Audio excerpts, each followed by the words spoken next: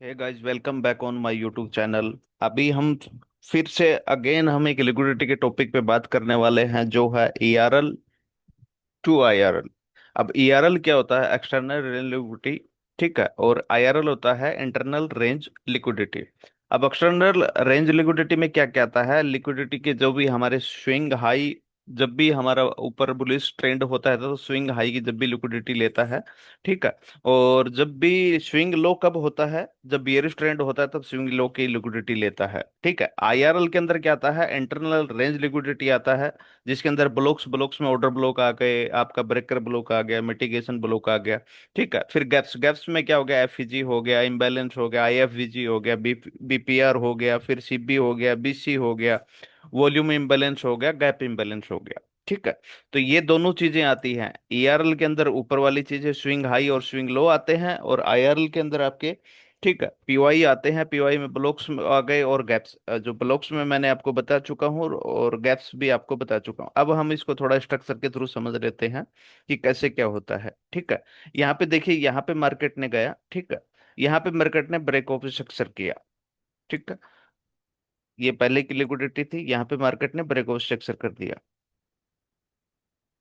ये मार्केट ने break of structure कर दिया।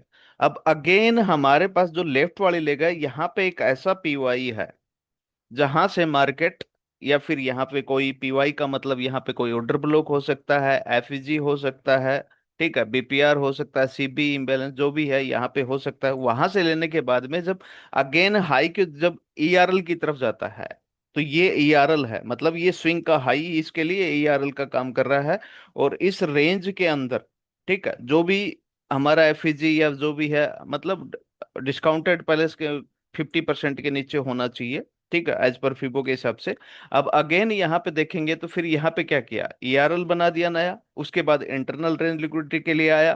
तो यहाँ पे हमारे पास कोई एक ऐसा आई ईआर, मतलब पीवाई होगा, एफईजी या फिर ऑर्डर ब्लॉक, फिर वहां से लेके फिर again market ERL external range liquidity की तरफ चलता है। ठीक है। अब हम इसी बात को चार्ट के थ्रू समझते हैं।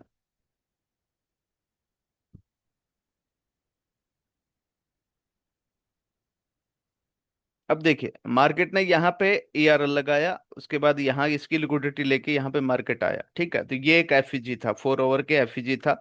अगर मैं इसको डे वाले में करूंगा तो डे के हिसाब से भी आपको पता चल जाएगा। जस्ट वेट, मैं डे वाले में भी करके दिखा देता हूँ। हाँ, यहाँ पे क्या था? एक एफईजी था, उसके बाद मार्केट ने एफईजी लिया।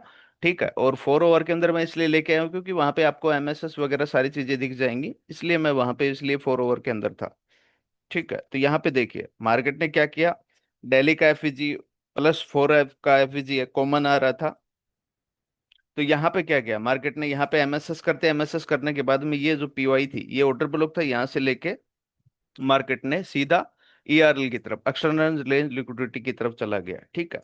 तो ईआरएल और आईआरएल कोई बड़ी चीज नहीं है। आई ईआरएल और आईआरएल का सिंपल सा अगर फंडा समझे तो, अगर देखिए एज पर ईआरएल अगर बुलिश ट्रेंड में है तो हर बार ये लिक्विडिटी बोलते हैं, ईआरएल को लिक्विडिटी बोलते हैं। ठीक है। और आईआरएल के अंदर क्या होता है? आपका इंटरनल होता है, इंटरनल के अंदर आपका एफईजी आ जाएगा, गैप्स आ जाएंगे, इसी तरीके से। ओके। Thank you. जय हिंद।